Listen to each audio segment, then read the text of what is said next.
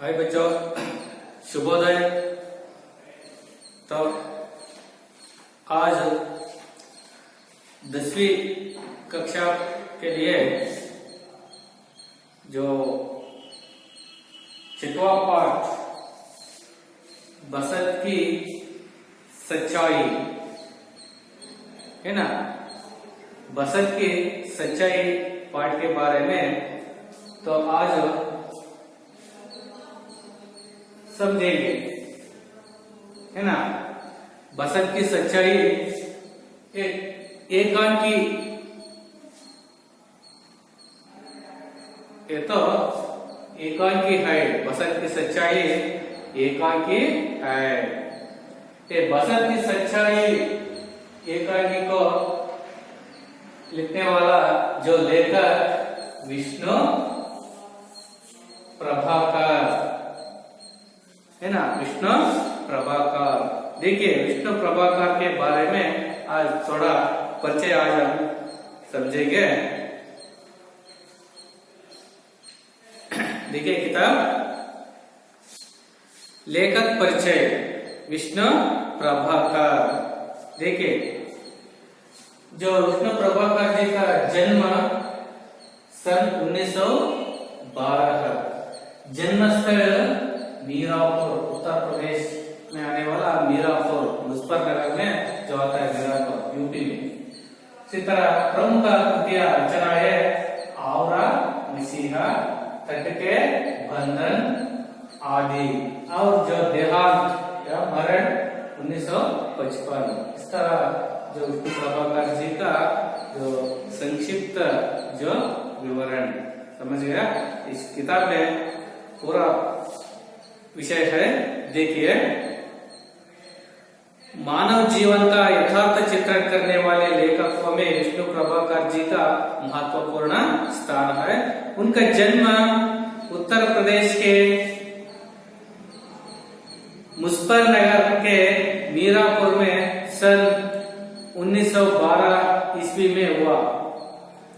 पंजाब में शिक्षा पाकर वही 15 वर्ष तक उन्होंने सरकारी नौकरी की।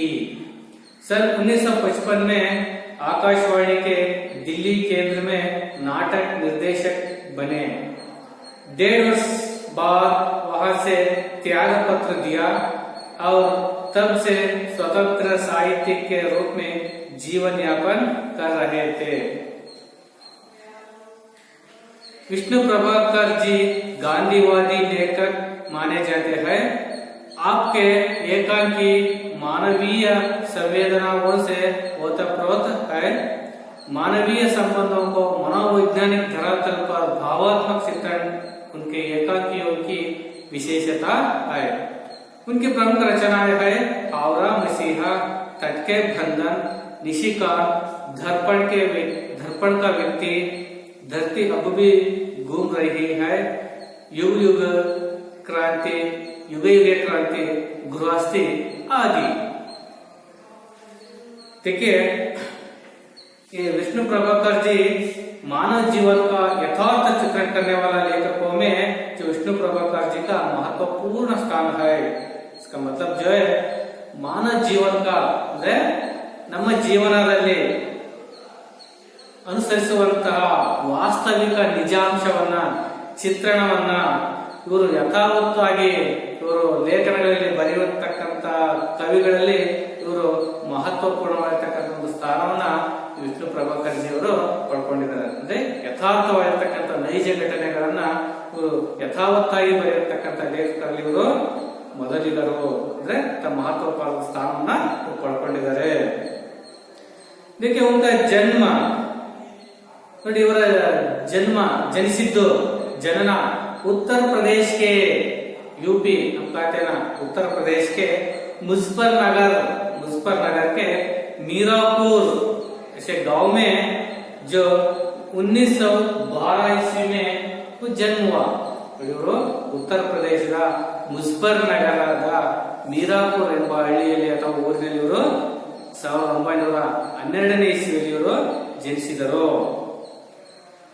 पंजाब में शिक्षा पाकर, देखिए पंजाब में जो शिक्षा पाकर ಪಂಜಾಬ್ನಲ್ಲಿ ಇವರು ಶಿಕ್ಷಣವನ್ನ ಪಡೆದುಬಿಟ್ಟು ವಹಿ ಅಲ್ಲೇನೆ ಇಲ್ಲಿ ಪಂಜಾಬ್ನಲ್ಲಿ 15 ವರ್ಷ ಸುಮಾರು 15 ವರ್ಷಗಳ ತನಕ ಸರ್ಕಾರಿ ನೌಕರಿ ನೋಡಿ ಅವರು ಪಂಜಾಬ್ನಲ್ಲಿ ಇವರು ವಿದ್ಯಾಭ್ಯಾಸವನ್ನು ಮಾಡಿಬಿಟ್ಟು ಅಲ್ಲೇ ಪಂಜಾಬ್ನಲ್ಲಿ ಕೂಡ ಇವರು 15 ವರ್ಷಗಳ ಕಾಲ ಅಲ್ಲಿ ಸರ್ಕಾರಿ ನೌಕರಿಯನ್ನ ಕೂಡ ಇವರು ಸೇವೆಯನ್ನು ಸಲ್ಲಿಸಿದ್ದಾರೆ. ಸರ್ 1955 ನೋಡಿ 1955 ಇವರು आकाशवाणी के दिल्ली केंद्र में ನೋಡಿ ಆಕಾಶವಾಣಿಯ ಅಂದ್ರೆ ದೂರದರ್ಶನ ಆಕಾಶವಾಣಿ ದಿಲ್ಲಿ ಅಲ್ಲಿ ಇವರು ನಾಟಕದ ಡೈರೆಕ್ಟರ್ ಆಗಿ ಅಂದ್ರೆ ನಾಟಕದ ನಿರ್ದೇಶಕರಾಗಿ ಕೂಡ ಇವರು ಸೇವೆಯನ್ನು ಸಲ್ಲಿಸಿದ್ದಾರೆ. ಆಕಾಶವಾಣಿ ವಿಭಾಗದಲ್ಲಿ ಇವರು ದಿಲ್ಲಿ ಆಕಾಶವಾಣಿ ಕೇಂದ್ರದಲ್ಲಿ ನಾಟಕದ ನಿರ್ದೇಶಕರಾಗಿ ಕೂಡ ಇವರು ಸೇವೆ ಸಲ್ಲಿಸಿದ್ದಾರೆ. 1.5 ವರ್ಷ ಬಾದ್ ಅಂದ್ರೆ 1.5 ಅಂದ್ರೆ 1.5 ವರ್ಷ, 1.5 ಅಂದ್ರೆ 1.5 ವರ್ಷ ನಂತರ ವಹಾಸೆ ಅಂದ್ರೆ ಇಲ್ಲಿಂದ ಡೆಲ್ಲಿ ಆಕಾಶವಾಣಿ ವಿಭಾಗದಿಂದ ತ್ಯಾಗ ಪತ್ರ ದಿಯ ಅಲ್ಲಿ ಇವರು ಯಾವುದೇ ಕಾರಣಾಂತರಗಳಿಂದ ಇವರು ಅಲ್ಲಿ ನನ್ನ ತ್ಯಾಗ ಪತ್ರವನ್ನು ಕೊಟ್ಬಿಟ್ಟು ಅಂದ್ರೆ ರಾಜೀನಾಮೆ ಪತ್ರವನ್ನ ಕೊಟ್ಟು ತಬ್ ಅಲ್ಲಿಂದ ಅವರು ಸ್ವತಂತ್ರ ಸಾಹಿತ್ಯಕ್ಕೆ ರೂಪಮೆ ಜೀವನ ಯಾಪನ ಕರಾಯಿತು. ಅಲ್ಲಿಂದ ಅವರೇನು ಸ್ವತಂತ್ರವಾಗಿ ಇವರು ತನ್ನ ಜೀವನವನ್ನ ಇವರು ಸಾಹಿತ್ಯಿಕ ಜೀವನವನ್ನು ಇವರು ಕಳೀತಾ ಇದ್ರು. विष्णु प्रभाकर जी गांधीवादी लेखक माने जाते हैं. ठीक है, ಗಾಂಧಿವಾದಿ ಅಂದ್ರೆ ಗಾಂಧಿಯ ತತ್ವಗಳನ್ನ ಅನುಸರಿಸುವಂತಹ ಲೇಖಕರು, ಇವರು ಗಾಂಧಿವಾದಿ ಅಂತ ನಾವು ಕರಿತೀವಿ.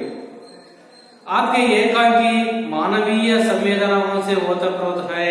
देखिए उन्होंने लिखा हुआ जो पूरा एकांकी मानवीय संवेदनाओं से ओतप्रोत है ಅಂದ್ರೆ ಮನುಷ್ಯನ ಮಾನವೀಯ ಗುಣಗಳನ್ನೆಲ್ಲ ಒಳಗೊಂಡಿರ್ತಕ್ಕಂಥ नाटकಗಳಾಗಿವೆ.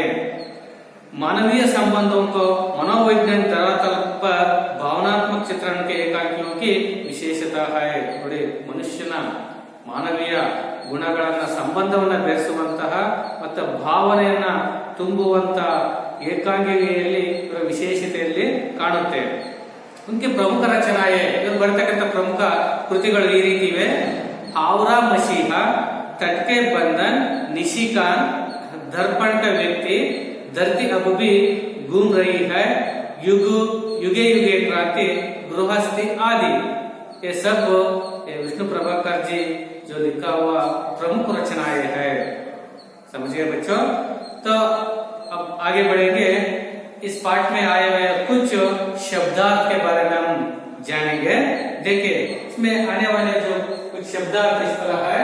प्रमुख राह का मतलब आपको मालूम है सड़क हम कह सकते हैं. सड़क, रास्ता ಅಂದ್ರೆ धारी, मार्ग. और दियसलाई इसमें लिखा है देखिए मैच बॉक्स कहते हैं बेंकी कड्डी. चलनी ಅಂದ್ರೆ ಜಾಲಿದಾರ್ छोಟ ಉಪಕರಣ. देखिए चलनी ಅಂದ್ರೆ ನಾವು ಜರಡಿ ಅಂತ ಕರಿತೀವಿ. एक आना ಅಂದ್ರೆ ಒಂದು ಆಣೆ ಅಂದ್ರೆ 6 ಪೈಸೆ ಒಂದು ಆಣೆ ಅಂತ ನಾವು ಕರಿತೀವಿ. ರುಹಾನ್ಸೆ ಅಂದ್ರೆ ಅಳುವ ಧ್ವನಿಯಲ್ಲಿ, ರುಹಾನ್ಸೆ ಅಂದ್ರೆ ಅಳುವ ಧ್ವನಿಯಲ್ಲಿ. ಅಹೀರ್ ಅಂದ್ರೆ ಗ್ವಾಲ. ಓಟ್ ಬೀಚ್ನ ಅಂದ್ರೆ ದರ್ದ್ ಸಹನ ಕರ್ನ, ನೋವನ್ನು ಸಹಿಸಿಕೊಳ್ಳುವುದು, ನೋವನ್ನು ನುಂಗಿಕೊಳ್ಳುವುದು.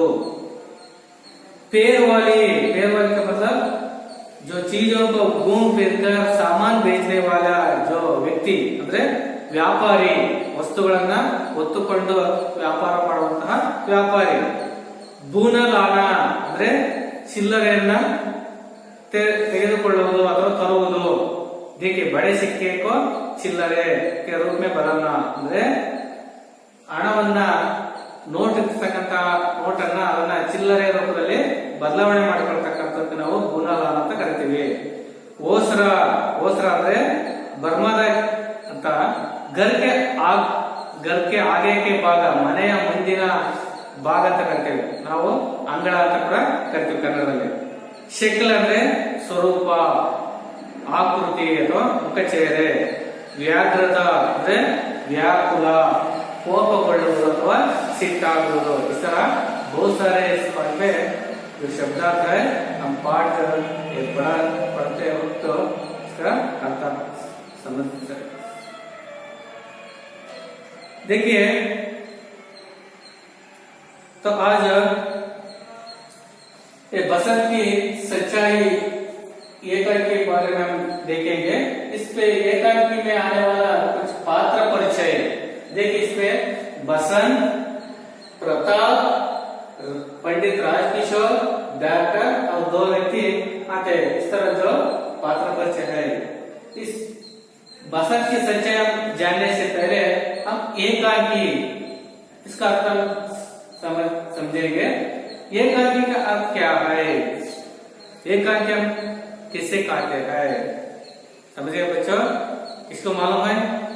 हाँ, एकांकी का अर्थ जो हम कन्नड़ में किरु नाटक ऐसे कहते हैं। एकांकी का जो किरु नाटक,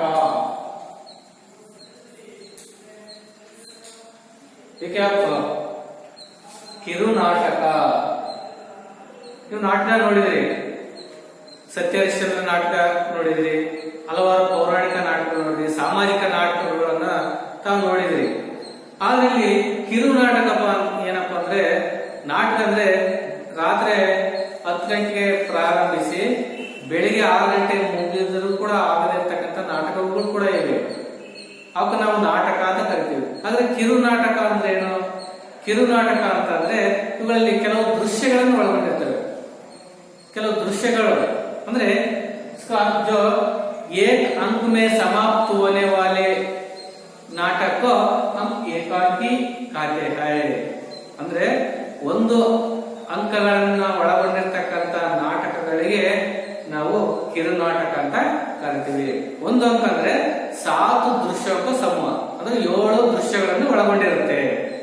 देखिए ये नाटक ये बसंत की सच्चाई एकांकी 3 दृश्यों को इसमें है। 3 दृश्य है, 3 दृश्य है, इसमें 3 दृश्य है। इसमें देखिए 3 दृश्य है, 3 ದೃಶ್ಯಗಳನ್ನ ಒಳಗೊಂಡಿದೆ। ಯಾವುದು? ಈ ಬಸಂತ್ ಕಿ ಸಚ್ಚಾಯಿ ಎಂಬ ಕಿರು ನಾಟಕ 3 दृश्यों को हम इसमें है। कि बसंत की सच्चाई लिखने वाला जो लेखक विष्णु प्रभाकर जो प्रमुख एकांकीकार कह सकते हैं, और प्रमुख एकांकीकार ಕೂಡ ನಾವು ಕರೀತೀವಿ। ಅರ್ಥ ಆಯ್ತಾ ಮಕ್ಕಳೇ? ಏಕಾಂಕಿ ಅಂದ್ರೆ ಕಿರುನಾಟಕ, ಕಿರುನಾಟಕ ಅಂದ್ರೆ ಇದರಲ್ಲಿ 7 ದೃಶ್ಯಗಳನ್ನ ಒಳಗೊಂಡಿರ್ತಕ್ಕಂಥ ನಾಟಕಗಳಿಗೆ ನಾವು ಏಕಾಂಕಿ ಅಂತ ಕರಿತೀವಿ, ಕಿರು ನಾಟಕಗಳು ಅಂತ ಕರಿತೀವಿ। ಆದ್ರೆ ಈ ಒಂದು ನಾಟಕದಲ್ಲಿ 3 ದೃಶ್ಯಗಳನ್ನ ಒಳಗೊಂಡಿದೆ। ಬಸಂತ್ ಕಿ ಸಚ್ಚಾಯಿ ಎಂಬ ಒಂದು ಕಿರು ನಾಟಕ 3 ದೃಶ್ಯಗಳನ್ನ ಒಳಗೊಂಡಿದೆ। ಅರ್ಥ ಆಯ್ತಾ ಮಕ್ಕಳೇ? देखिए छात्र इस एकांकी में चित्रित बालक के चरित्र से प्रेरित होकर प्रामाणिकता से जीना सीख सकते हैं। देखिए इस एकांकी में देखिए बसंत की सच्चाई। बसंत एक लड़का का नाम, ಒಬ್ಬ ಹುಡುಗನ ಹೆಸರು। सच्चाई, सच्चाई का मतलब सत्यते अथवा ईमानदार या प्रामाणिकता हम कहते हैं। बसंत की सच्चाई, बसंत एक है और वसंत ये नाम भी एक है। बसंत की सच्चाई समझिए बच्चों। ಈ ಕಿರುನಾಟಕದಲ್ಲಿ ಅಥವಾ ನಾಟಕದಲ್ಲಿ ಬರ್ತಕ್ಕಂಥ ಪ್ರಮುಖ ಪಾತ್ರಗಳು ಈ ರೀತಿ ಇವೆ। ಬಸಂತ್ एक गरीब शरणार्थी लड़का, ಒಬ್ಬ ಬಡ ईमानदारी लड़का ಅಂತ ಕರೀತೀವಿ, ಒಬ್ಬ ಬಡ ಪ್ರಾಮಾಣಿಕ ಹುಡುಗ। प्रताप, प्रताप जो बसंत का जो छोटे भाई ಇವನ ತಮ್ಮ, ಬಸಂತನ ತಮ್ಮ प्रताप। और पंडित राजकिशोर एक नेता, ಒಬ್ಬ ಮುಖಂಡ ಅಥವಾ ನಾಯಕ। नेता मतलब जो मुख्यस्थ अथवा मुखंड अथवा लीडर ಅಂತ ಕರೀತೀವಿ। और डॉक्टर 2 व्यक्ति ಮತ್ತೆ ಡಾಕ್ಟರ್ ಪರಿಚಯ ಬರುತ್ತೆ, ಮತ್ತೆ ಇಬ್ಬರ ವ್ಯಕ್ತಿಗಳ ಪರಿಚಯ ಕೂಡ ಇದು ಒಳಗೊಂಡಿದೆ ಈ ಒಂದು ಕಿರುನಾಟಕ. ಸಮಜ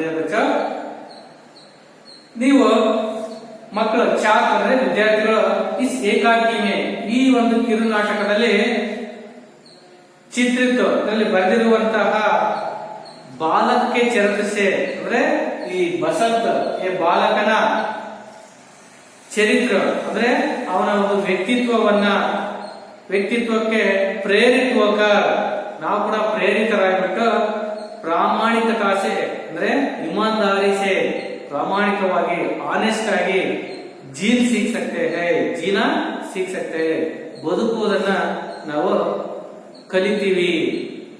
ಯಾವ್ದ ಈ ಬಸಂತನ ಒಂದು ಕಿರುನಾಟಕ ಸಚ್ಚಾಯಿ ಕಿರುನಾಟಕವನ್ನು ನಾವು ಅಧ್ಯಯನ ಮಾಡಿದಾಗ ಆ ಬಸಂತರ ತರ ಕೂಡ ನಾವು ಕೂಡ ಪ್ರಾಮಾಣಿಕವಾಗಿ ಬದುಕುವುದನ್ನ ಕೂಡ ಇದು ಹೇಳಿಕೊಡುತ್ತಂತೆ ಈ ಒಂದು ನಾಟಕ.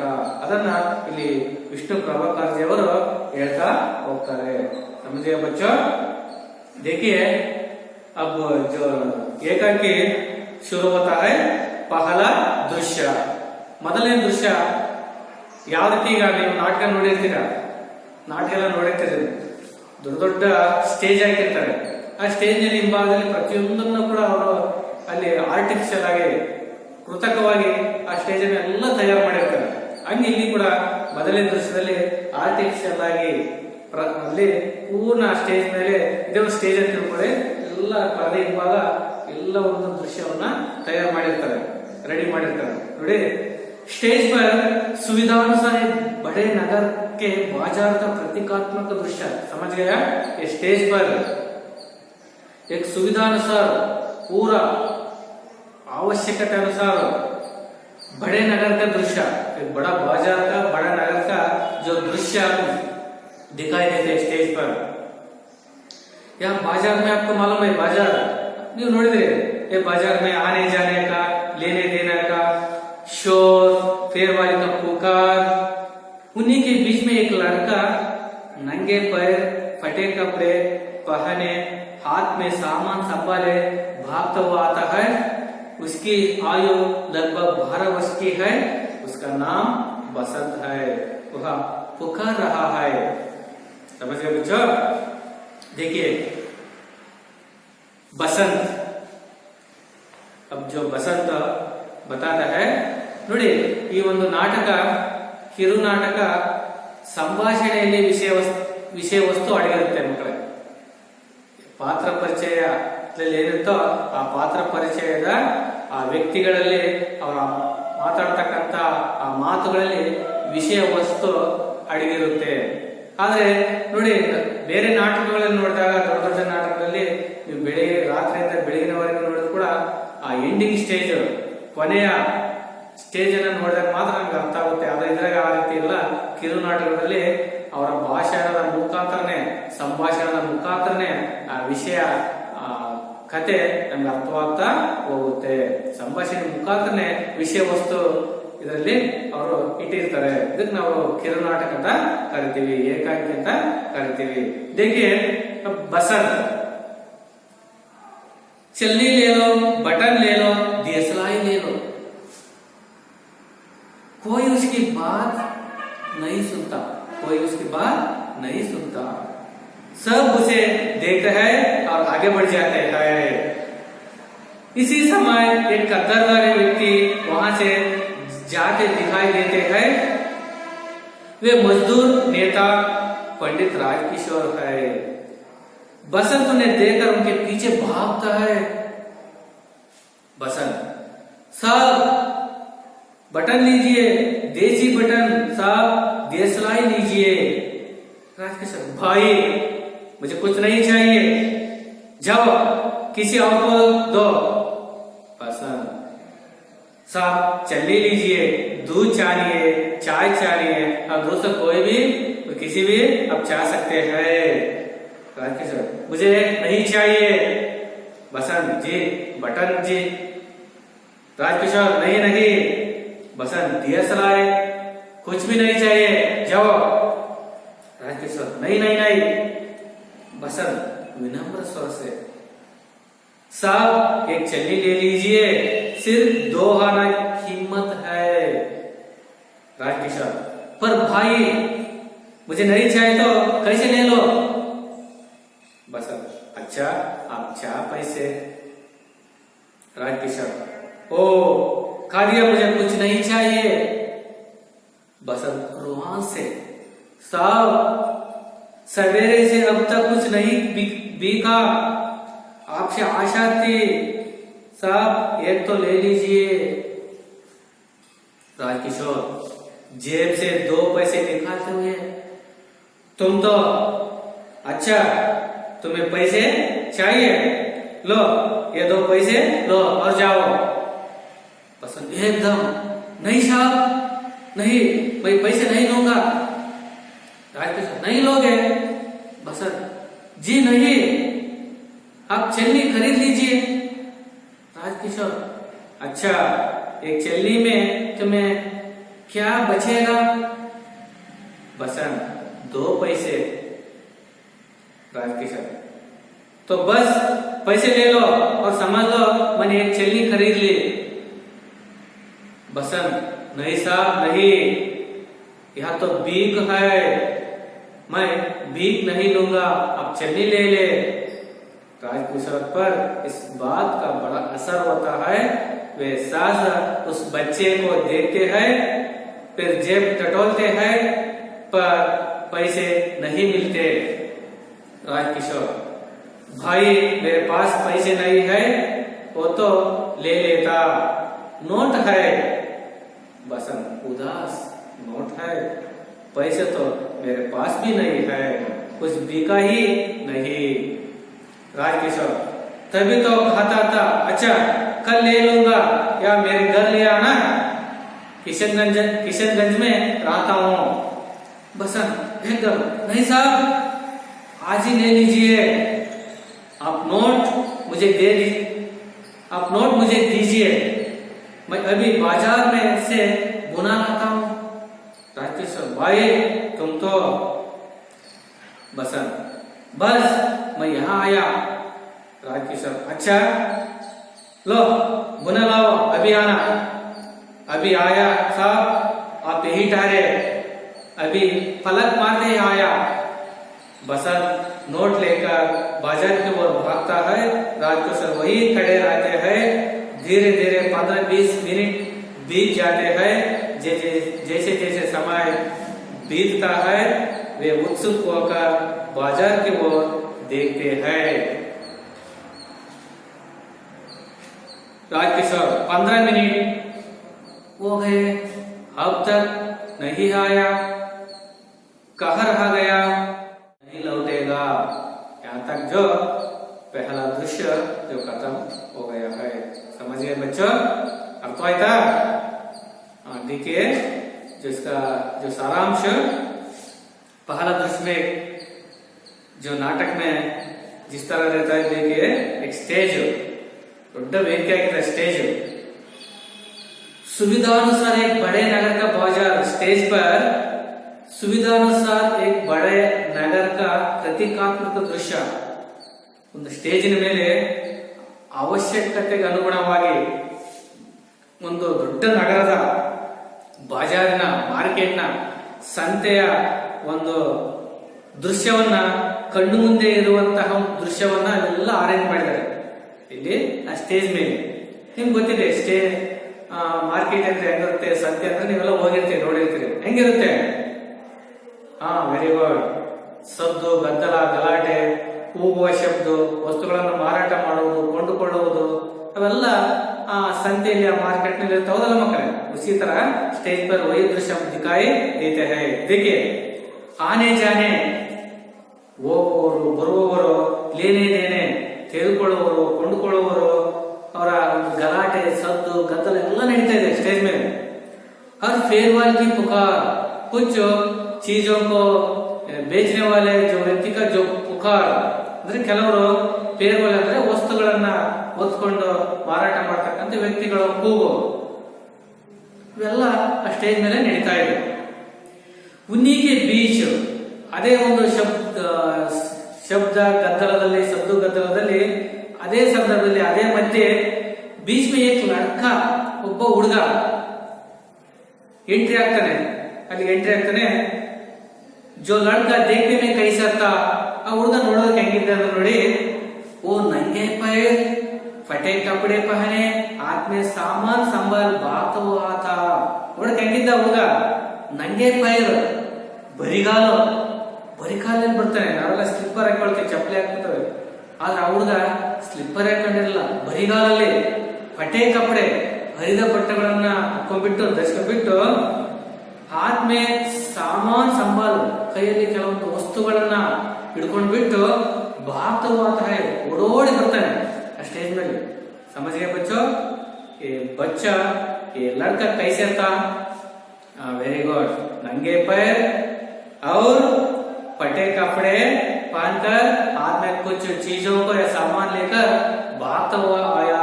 इस तरह ये लड़का देखने में था.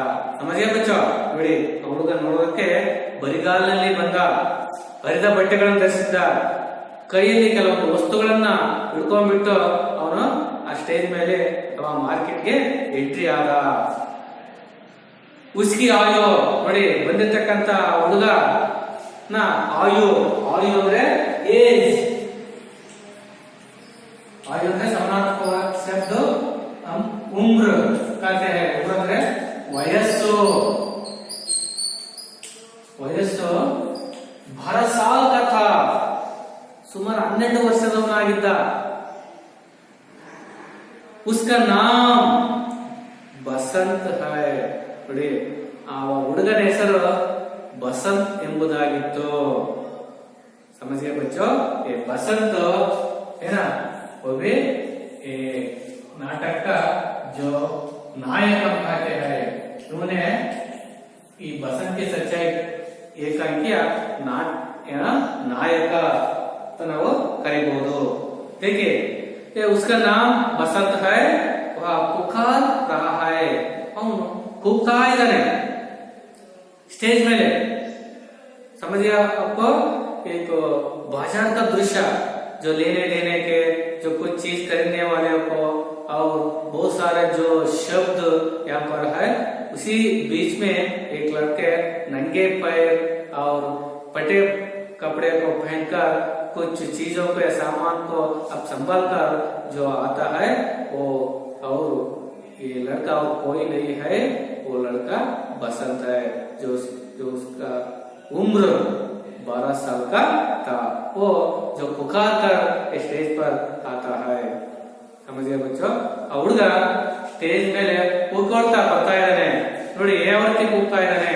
बसंत, चल्ली ले लो, बटन ले लो, दियसलाई ले लो.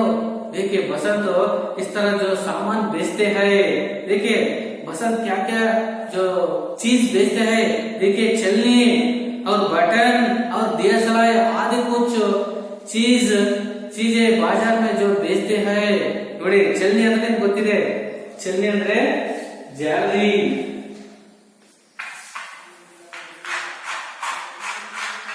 ಚಲ್ನಿ ಅಂದ್ರೆ ಜಾಲರಿ. ಚಲ್ನಿ ಅಂದ್ರೆ ಜಡಿ ಅಂತ ಕರಿತೀವಿ.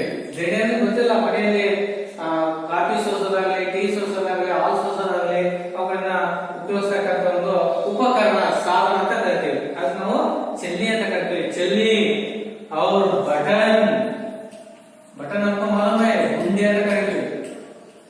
ಗುಂಡಿ ನಮ್ಮ ಶರ್ಟ್ಗಳಿಗೆ ಹಾಕೊಳ್ತಕ್ಕಂತ ಆ ಗುಂಡಿ ಅಂತ ಕರಿತೀವಿ. ಚಲ್ನಿ, ಬಟನ್, ದಿಯಸಲಾಯ್.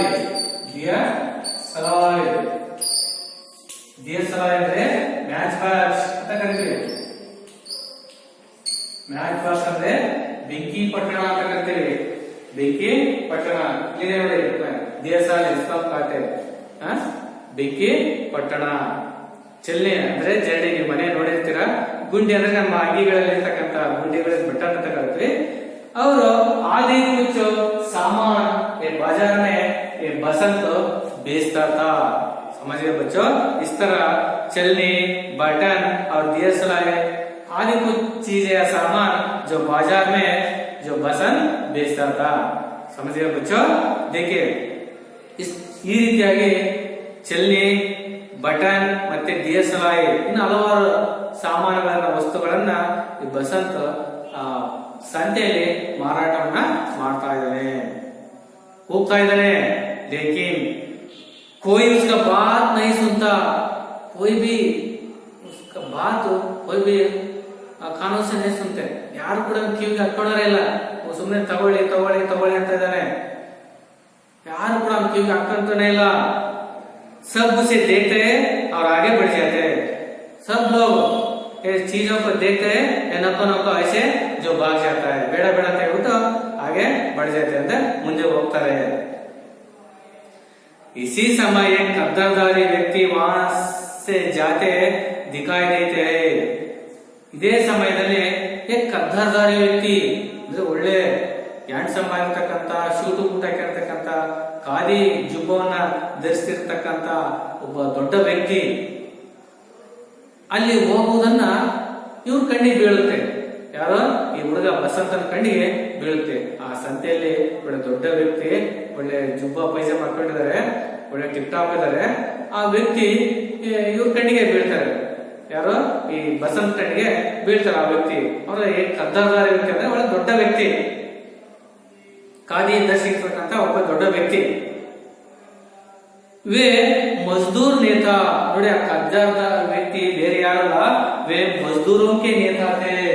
ಅವ್ರು ಯಾರಲ್ಲ, ಮಜ್ದೂರೋं के नेता. ನೋಡಿ ಇವ್ರೆ, ಅವರು ಒಬ್ಬ ಮಜ್ದೂರ್ ಅಂದ್ರೆ ಕಾರ್ಮಿಕರ ಮುಖಂಡ ಅಂತ ಹೇಳ್ತೀವಿ, ಕಾರ್ಮಿಕರ ನಾಯಕ ಅಂತ ಹೇಳ್ತೀವಿ. मजदूरों के नेता थे. उसका नाम था पंडित राजकिशोर. अंडरलाइन कीजिए, पंडित राजकिशोर. ನೋಡಿ, ಅವರೇ ಬೇರೆ ಯಾರಲ್ಲ, ಒಬ್ಬ ಕಾರ್ಮಿಕರ ಮುಖಂಡ ಆಗಿರ್ತಕ್ಕಂಥ, ಮುಖ್ಯಸ್ಥ ಆಗಿರ್ತಕ್ಕಂಥ ಅಥವಾ ನಾಯಕ, ಲೀಡರ್ ಆಗಿರ್ತಕ್ಕಂಥವ್ರು ಅವರೇ पंडित राजकिशोर ಅಂತ ಹೇಳ್ಬಿಟ್ಟು. समझिए बच्चों, पंडित राजकिशोर मजदूरों के नेता थे. पंडित राजकिशोर ಅವರು ಕಾರ್ಮಿಕರ ಅಥವಾ ಕೂಲಿ ಕಾರ್ಮಿಕರ ಒಬ್ಬ ಮುಖಂಡರಾಗಿದ್ರು. ಅವರು ಈ ಸಂತೆ ಮಾರ್ಕೆಟ್ ನಲ್ಲಿ ಬಂದಿದ್ದಾರೆ, ಎಂಟ್ರಿ ಆಗಿದ್ದಾರೆ. वे मजदूर नेता पंडित राजकिशोर है. बसंत उन्हें देखकर उनके पीछे भागता है. बसंत को मालूम हुआ ये बहुत अमीर वाले रहने पड़ेगा, वो हमारे पास रहते हैं, जो कुछ चीज वो खरीद सकता है, इस तरह सोचकर उसको पीछे भागता है. और ಹಿಂದಿಂದ ಹೋಗ್ತಾರೆ. ದೊಡ್ಡ ಶ್ರೀಮಂತರಾಗಿದ್ದಾರೆ, ಇವರು ವಸ್ತುಗಳನ್ನು ತೆಗೆದುಕೊಳ್ಬಹುದು ಅಂತ ಹೇಳ್ಬಿಟ್ಟು ಅವ್ರು ನೋಡ್ದಂಗೆ ಮನಸ್ಸು ಇಟ್ಕೊಂಡ್ಬಿಟ್ಟು ಅವ್ರ ಹಿಂದೆ ಹೋಗ್ತಾ ಇದ್ದಾನೆ. ಹೋಗ್ಬಿಟ್ಟು ಕೇಳ್ತಾರೆ, ನೋಡಿ ಬಸಂತ್ ಸಾಬ್. ಸಾಬ್ का मतलब ಸಾಹೇಬ್ರೆ, ಸ್ವಾಮಿ ಅಂತ ಹೇಳ್ಬಿಟ್ಟು. ಸಾಬ್ साहब जो पुल्लिंग और स्त्रीलिंग साहिबा. साहिबा समझे? पुल्लिंग और स्त्रीलिंग साहब और साहिबा. साहब मीन्स स्वामी. बटन लीजिए, देसी बटन. ಹೇಳ್ತಾರೆ, ಸ್ವಾಮಿ ಸರ್ ಬಟನ್ ಲೀಜಿಯೇ, ಬಟನ್ ತೆಗೆದುಕೊಳ್ಳಿ, ಗುಂಡಿ ತೆಗೆದುಕೊಳ್ಳಿ. ದೇಸಿ ಬಟನ್ ಅಂದ್ರೆ ನಮ್ಮ ದೇಶದ ಬಟನ್ಗಳಿವು ಬಹಳ ಗಟ್ಟಿ ಇರುವೆ, ಚೆನ್ನಾಗಿ ಬಾಳಿಕೆ ಬರುತ್ತೆ, ಹಾಗಾಗಿ ಈ ಬಟನ್ ತೆಗೆದುಕೊಳ್ಳಿ ಸಾಬ್ ಅಂತ ಹೇಳ್ತಾರೆ. ಅವ್ರು DSLR ಲೀಜಿಯೇ, ಮತ್ತೆ ಈ ಬೆಂಕಿ ಪಟ್ಟಣ ಕೂಡ ಕೊಂಡ್ಕೊಳ್ಳಿ, ತೆಗೆದುಕೊಳ್ಳಿ ಅಂತ ಕೇಳ್ತಿದ್ದಾನೆ. ಯಾರನ್ನ? ಪಂಡಿತ್ ರಾಜಕಿಶೋರ್ ಅವರನ್ನ. ಅದಕ್ಕೆ ರಾಜಕಿಶೋರ್ ಹೇಳ್ತಾರೆ, ರಾಜಕಿಶೋರ್ ಬಾಯಿ, ಬಾಯಿ ಅಂದ್ರೆ ತಮ್ಮ ಅಥವಾ ಸಹೋದರ, ಮುझे कुछ नहीं चाहिए, ಬೇಡ ತಮ್ಮ, ನನಗೆ ಏನು ಬೇಡ ವಸ್ತುಗಳು ಅಂತ ಹೇಳ್ತಾರೆ ಅವರು. ಜಾವ ಕಿಸಿ ಅವ್ರು ಬೋದು, ಬೇಡ ಬೇರೆ ಯಾರಿಗಾದ್ರೂ ಕೊಡೋ, मुझे कुछ नहीं चाहिए ऐसे कहते हैं. कौन? राजकिशोर. बसंत साहब ಚೆಲ್ಲಿ ಬಿ ಲೀಜಿಯೇ, ನಿಮಗೆ ಬಟನ್ ಬೇಡ ಅಂದ್ರೆ ಸರಿ, ಆದ್ರೆ ಈ ಚೆಲ್ಲಿಯಾದ ತೆಗೆದುಕೊಳ್ಳಿ, ಯೂಸ್ಗೆ ಆಗುತ್ತೆ, ಮನೆಗೆ ಉಪಯೋಗ ಬರುತ್ತೆ, ಈ ಜರಡಿ ಮನೆಗೆ ಉಪಯೋಗ ಬರುತ್ತೆ. इसमें दूध चाहिए, चाय चाहिए और किसी भी घर में जो कुछ चीजों को हम चाह सकते हैं ಅಂತ ಹೇಳ್ತಿದ್ದಾನೆ. ನೋಡಿ, ತೆಗೆದುಕೊಳ್ಳಿದ್ರು ಮನೆಯಲ್ಲಿ ನಿಮ್ಮ ಗೃಹೋಪಯೋಗಿಗೆ, ಮನೆಗೆ ಅಡಿಗೆ ಮನೆಗೆ ಬಹಳ ಉಪಯೋಗ, ಹಾಗಾಗಿ ತೆಗೆದುಕೊಳ್ಳಿ ಚೆಲ್ಲಿ. ಇದರಲ್ಲಿ दूध चा सकते हैं ಅದರಿಂದ ನಾವು ಹಾಲನ್ನು ಸೋಸಬಹುದು, ಚಹಾವನ್ನ ಸೋಸಬಹುದು, ಮತ್ತೆ ಕಾಫಿ ಟೀ ಎಲ್ಲವನ್ನೂ ಕೂಡ ನಾವು ಇದರಲ್ಲಿ ಸೋಸಬಹುದು. ಹಾಗಾಗಿ ಮನೆಗೆ ಉಪಯೋಗ ಇದನ್ನ ತೆಗೆದುಕೊಳ್ಳಿ ಅಂತ ಕೂಡ ಹೇಳ್ತಿದ್ದಾರೆ. ಅಂಡರ್ಲೈನ್ ಮಾಡ್ಕೊಳ್ಳಿ. आपको एक क्वेश्चन है इसमें, आप छलनी से आप क्या क्या चा सकते हैं, देखिए अंडरलाइन कीजिए. दूध चाहिए, चाय चाहिए. किशोर मुझे नहीं चाहिए, ಬೇಡ ನನಗೆ ಏನು ಬೇಡ. बसंत बटन.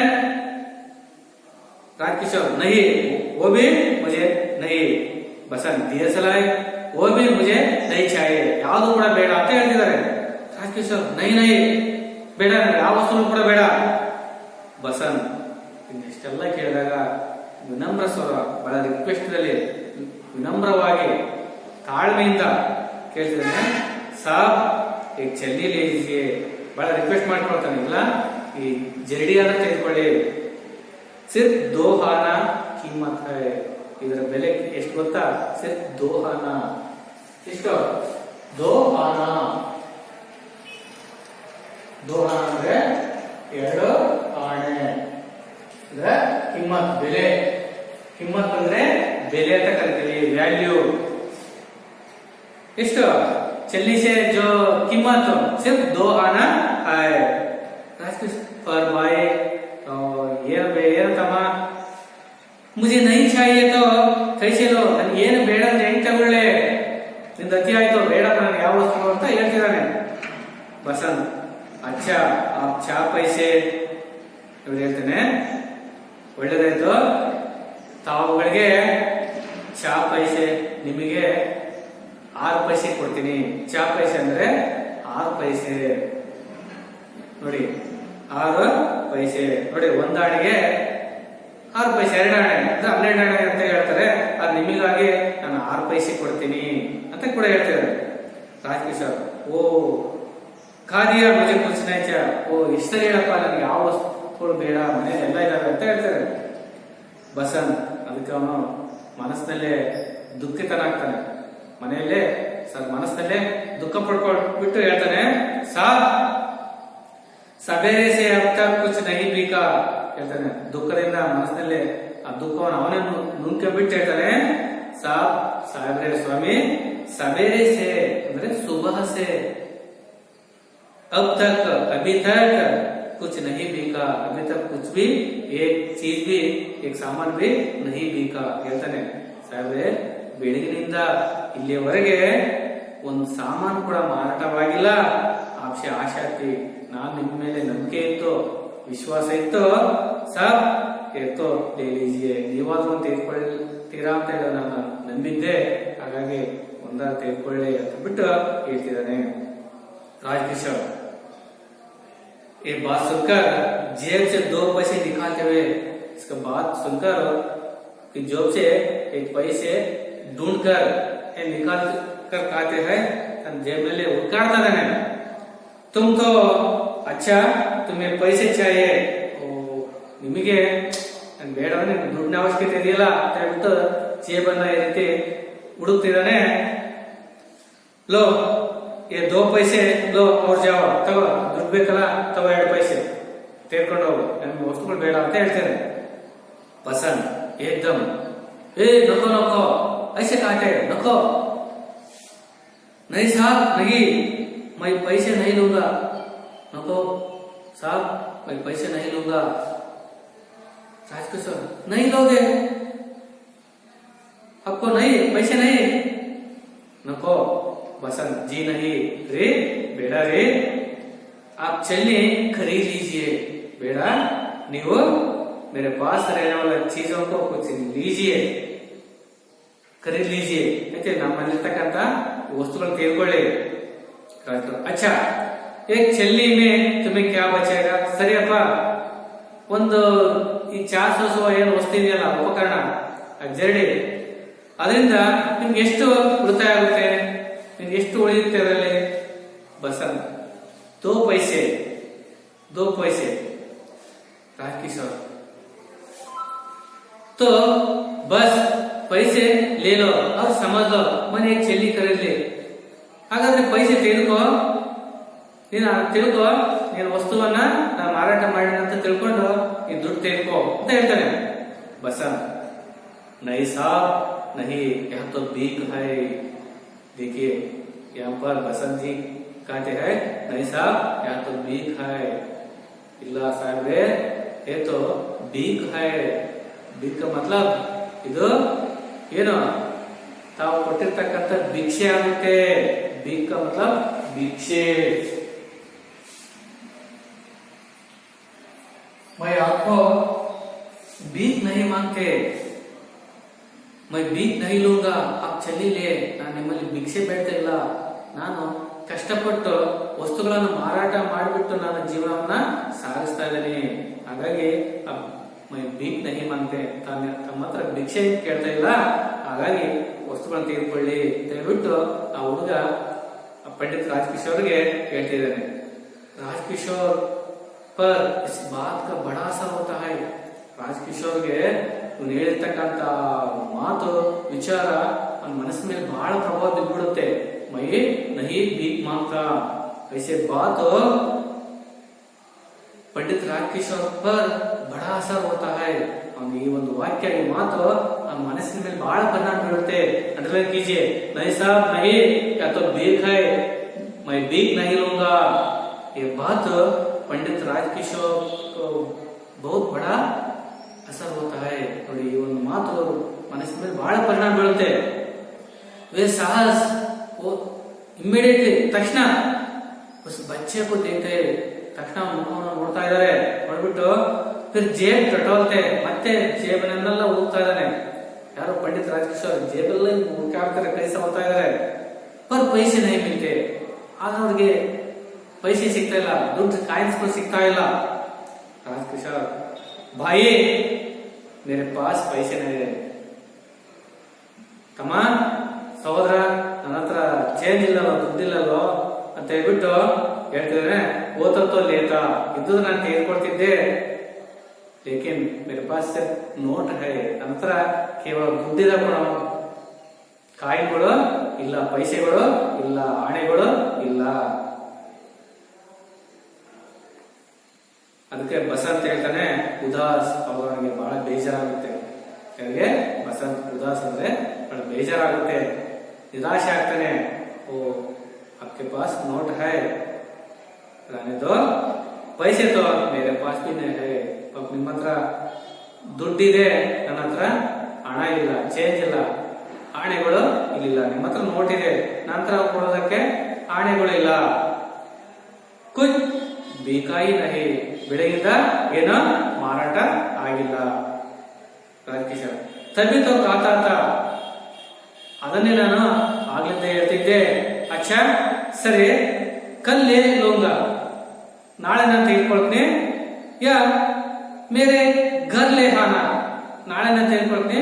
ಒಂದು ಕೆಲಸ ಮಾಡು, ಆಪೆ ಮರ್ ಘರ್ ಆ ಜಾವ್, ನೀನೇ ಕೂಡ ನಮ್ಮ ಮನೆಗೆ ಬಂದ್ಬಿಡು, ಅವ ನಾನು ತೆಗೆದುಕೊಳ್ತೀನಿ. ಮೇರಾ घर का जो पता मैं किशनगंज में रहता हूँ. अब नಮ್ಮನೆ ಅಡ್ರೆಸ್ ವಿಳಾಸ ನೀನು ತಿಳ್ಕೊ.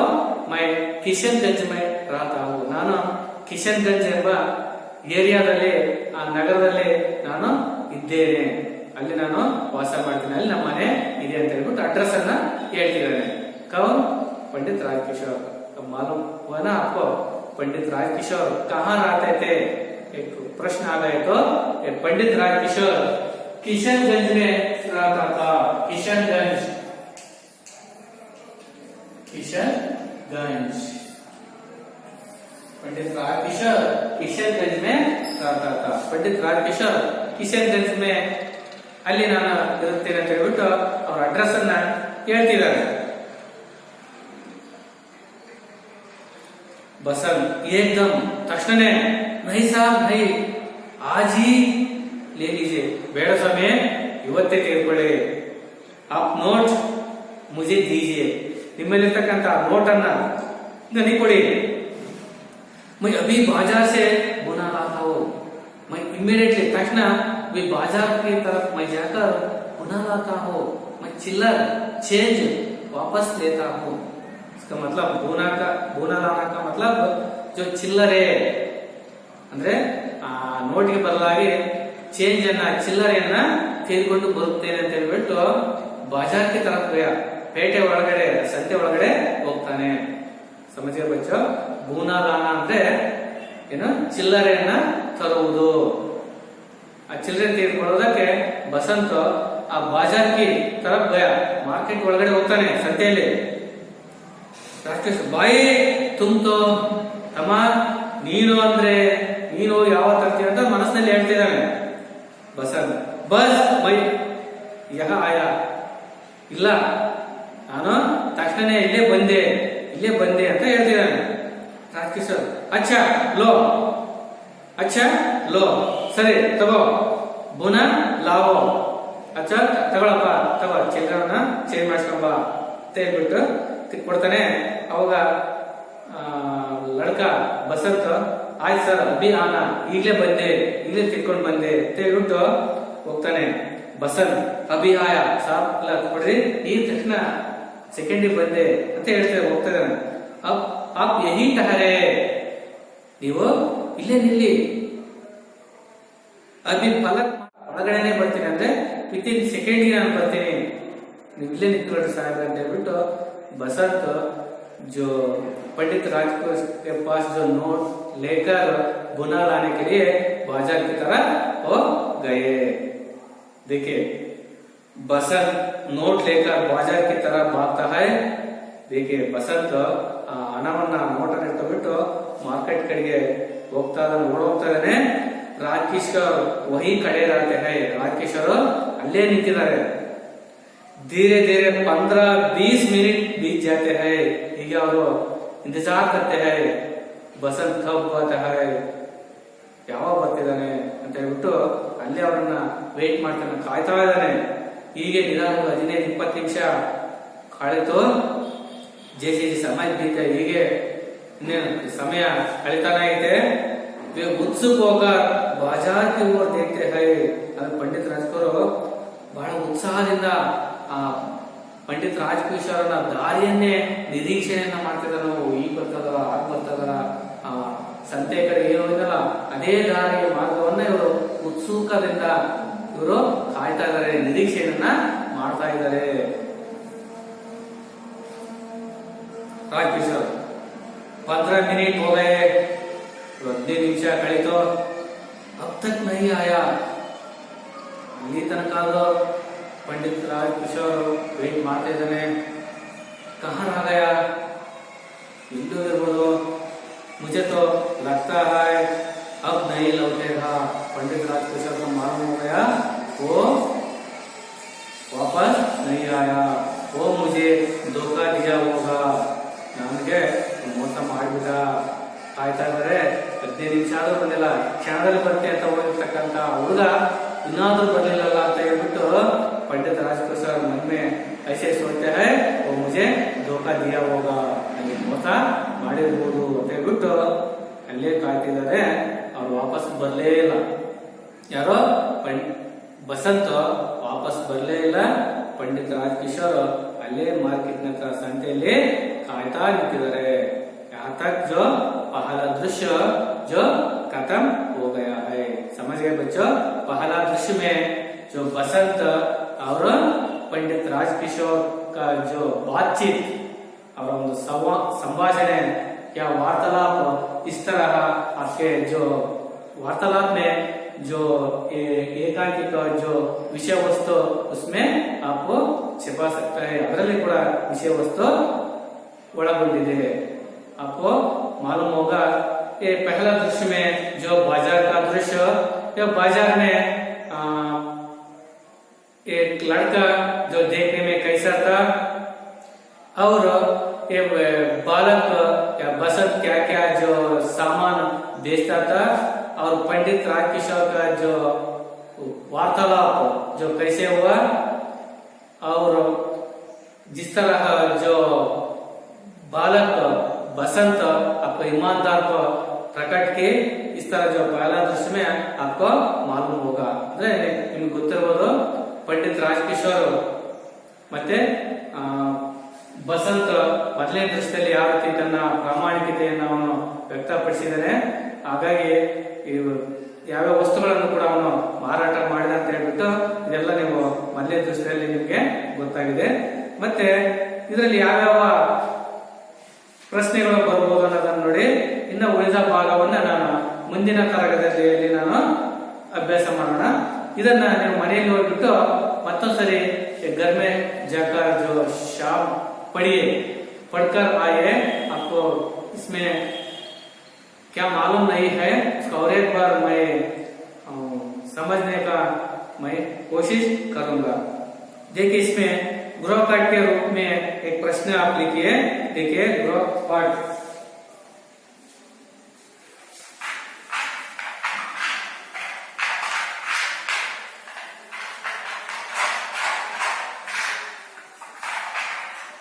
गृहपाठ देखिए होमवर्क,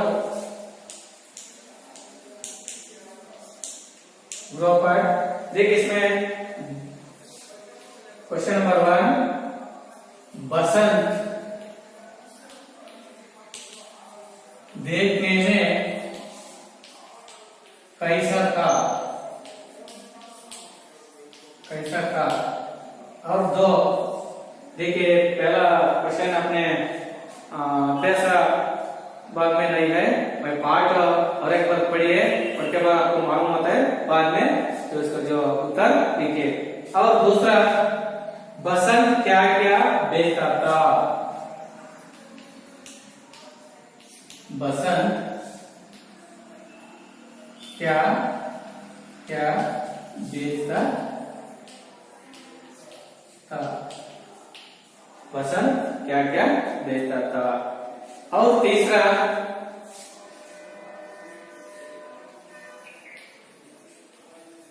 छलनी से क्या क्या कर सकते हैं,